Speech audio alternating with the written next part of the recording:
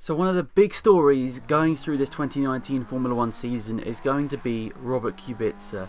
A fan favourite, but coming into the season with a lot of pressure on his shoulders, because even though he has achieved a lot of success in Formula 1, including battling for the 2008 World Championship, at the same time he's coming to the season, as you said, with a lot of pressure, because can he live up to it? Can he live up to this hype that people are bringing back to him, even with his injuries? Now, a recent article said that he's only 20% ready for this 2019 season, which worries me as a fan. Whilst I'm not like a direct fan of Robert Kubica, I really admire what he's done, and I've always followed him, and I think he's a great guy, basically. And I really am wishing him the best for this season. When I say I'm not a fan, it's not that I hate when you say I'm not a fan of someone. It basically means I'm not like an avid supporter of them, but I still like them. I'm a fan of Kubica, okay? Calm. So, this 2019 season is going to be a big one for Robert Kubica. So the last time he raced in a Formula 1 car was way back in 2010, where he was having quite a lot of success in a tough to drive Renault, and he was still pulling out these decent results, and in some occasions beating the Red Bull, which was undoubtedly the better car over the 2010 season with that same power unit. But he could sometimes pull out miracles, and Robert Kubica was that guy. But many years away from the sport now, and Kubica's coming back, and a tough situation, because of course he has the injuries that he sustained whilst crashing a rally car way back in the start of the 2011 season, which put him out for quite a few years. He came back, he started doing on and off races. I think he's done some races in sort of GT cars, and he's obviously done a lot of testing now in Formula 1, but at the same time it's not the same as racing in Formula 1. Some of the pressures he's going to be under in races like Singapore, the heat, and basically the track layout is going to really affect Robert Kubica, and I'm really not sure how this is going to play out, because I really want Robert Kubica to do well. I mean, this would be such a fantastic story, and it'd be fantastic for him personally to come back and have the success that he's had in his previous F1 career, if we'll call it that. He won races, well, he won a race, and he's got on the podium multiple times, and sometimes he fought past the car's inability with his own ability to go and grab podiums in a car, as we've said, that probably shouldn't have been there. So the talent is undoubtedly there with Robert Kubica, but the issue is he's 8 or 9 years older.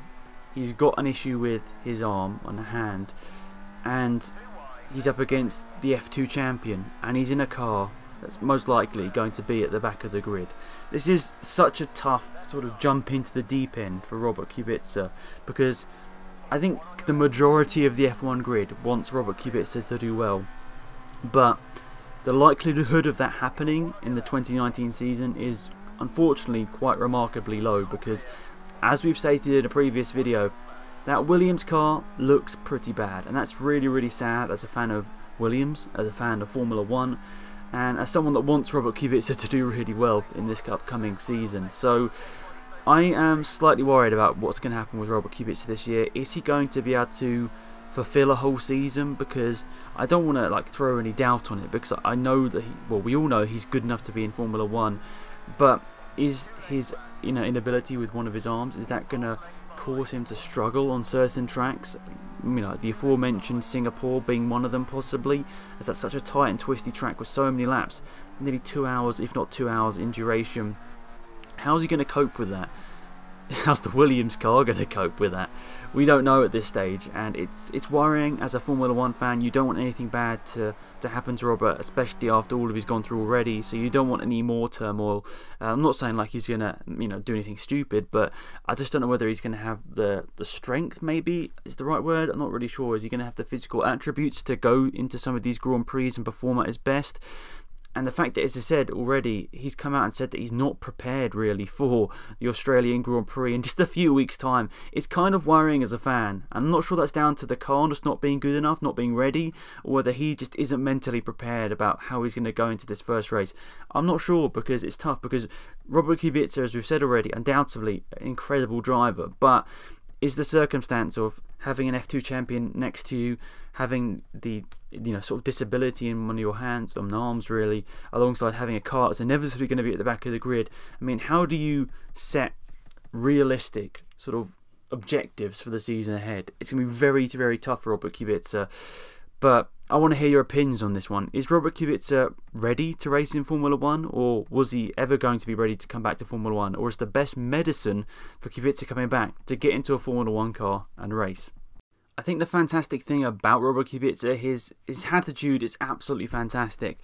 Of course, he realises the scenario he's in. He realises he's not going in to the top team on the grid in a car that could probably win a championship. He realises he's not physically the same driver he was when he last raced in Formula 1 in 2010. He realises the cars are completely different. He realises the aero and the way you drive the car is completely different. But the fantastic thing about Kubica is he realises that he doesn't just ignore that and say he's going to be alright.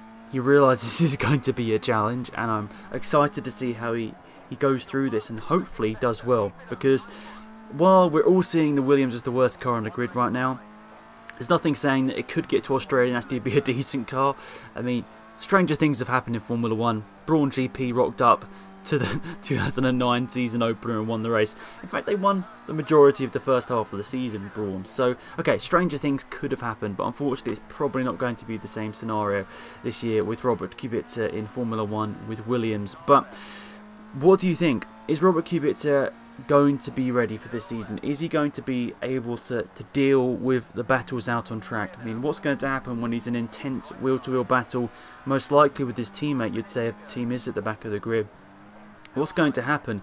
Is he going to be the same driver in those wheel-to-wheel combats that he used to be? Of course, he was one of the best drivers back in the day. Some of his overtakes are absolutely fantastic. You'd assume none of that has left him, but at the same time, 8 or 9 years without F1 experience and F1 racing, undoubtedly you will lose a bit of that sharpness. I mean, anyone would. I mean, we saw Michael Schumacher take just a few years out. He took, what, how many years did he take out? Less years out.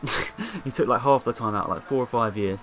He came back and he struggled. Yes, he wasn't in as good a car as he was when he was racing for Ferrari, but at the same time, not being sharp to Formula 1 and letting the rules adapt, and without him being in the active role of being a race driver through those adapting rules, he really struggled when he came back. And Kubica didn't have the benefit of having a fantastic car when he left Formula 1 back in 2010, but unfortunately he's coming back to an even worse car in 2019. He's coming back to a car that's undoubtedly going to be right at the back of this grid. So I think that Robert Kubica will be able to last this season. I see him having issues in certain races like the aforementioned Singapore. I can see him struggling in those races, and whilst I don't want it to be the case, I can see him possibly not be able to match people like his teammate in those sort of races, because of course George Russell is rising through the ranks, won the F2 championship, perfectly able-bodied, whereas Kubica having this issue with one of his arms is undoubtedly going to affect him. I mean, you can't say that's not going to affect him in any way whatsoever. It's going to affect him at least a little bit in some way. So we'll see how that does work over a season, but I think the thing is, for me, I want to see Kubica have a somewhat successful return. I don't want to see him at the back of the grid every single race. I definitely don't want to see him battling to not be the last car on the grid, because that's going to be hard to see. Because I think a lot of us saw Robert Kubica as a potential champion when he left Formula 1 back in the early 2010 era. Because, okay, he was going to probably race for Lotus in 2011, but at the same time, there were strong rumours, if not definite concrete rumours, facts basically, that he was going to race for Ferrari at some point within the coming years after that. And okay, they didn't go on to win a championship, but maybe, you know, Alonso did pretty well in 2012. Possibly some would say Kubica could have matched him, maybe even gone one better. Who knows? Your opinion is as good as mine on that one. I'm not going to go any further on that one because that's going to kick up a whole new debate. But I think what I'm trying to say here, we'll end in a minute. But Robert Kubica, undoubtedly a very talented driver, but I'm just worried about his limitations, and I don't want his comeback to be a failure in his eyes or anyone else's eyes, because I can understand some people might be like, yeah, maybe he shouldn't have come back. Maybe he shouldn't come back. I don't want that to be ever the case. I think it's going to be tough because he's going to be in a car right at the back of the grid, but at the same time, I don't want to have that impression at the end of the year that he should not have come back at all.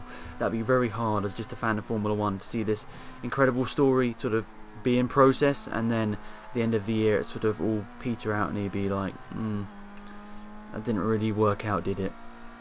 As we already said, I think Kubica's greatest asset going to this 2019 is his incredible mindset about what can happen. Okay, it's going to take him maybe a couple of races to get back into the swing of it. I mean, he's done a lot of testing now. He knows what the cars like to drive. I'm talking more about the wheel-to-wheel situations where he's battling people, fingers crossed, in the midfield out on track. But we'll see how that works out, because of course we don't know yet where the Williams car places. We do unfortunately feel it will be right at the back of the grid, which would be a tough pill to swallow for Kubica, Williams and the whole of Formula 1 really. But as I said, his mental strength is absolutely fantastic, and I think we'll see some good results over this season. I just hope that isn't curtailed with some tough races where his injury is pretty apparent. We just don't want to see that. I just hope that undoubtedly, as we said already, his injury will limit him somewhat in some areas. It's not going to be exactly the same as before. But then at the same time, he's been living with it for 8 or 9 years now. He knows how to work around it, and possibly in some scenarios it could even work out exactly the same as before. It might not actually affect him at all, and that's what I've got my fingers crossed that that's like that for 99% of the scenarios.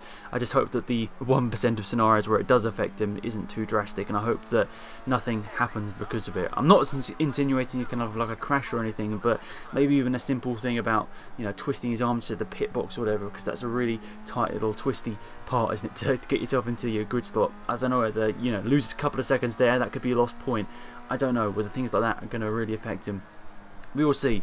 Nonetheless, I really hope Kubica has a fantastic season. I know so many Polish fans are out there, you know, egging him on for a fantastic year, and I think a lot of us are on your side. Kubica is going to be our sort of second favourite driver this year. I think a lot of us are going to be in that same boat. We just want Kubica to do well, and it'd be a fantastic story for Formula 1. But it is a conundrum.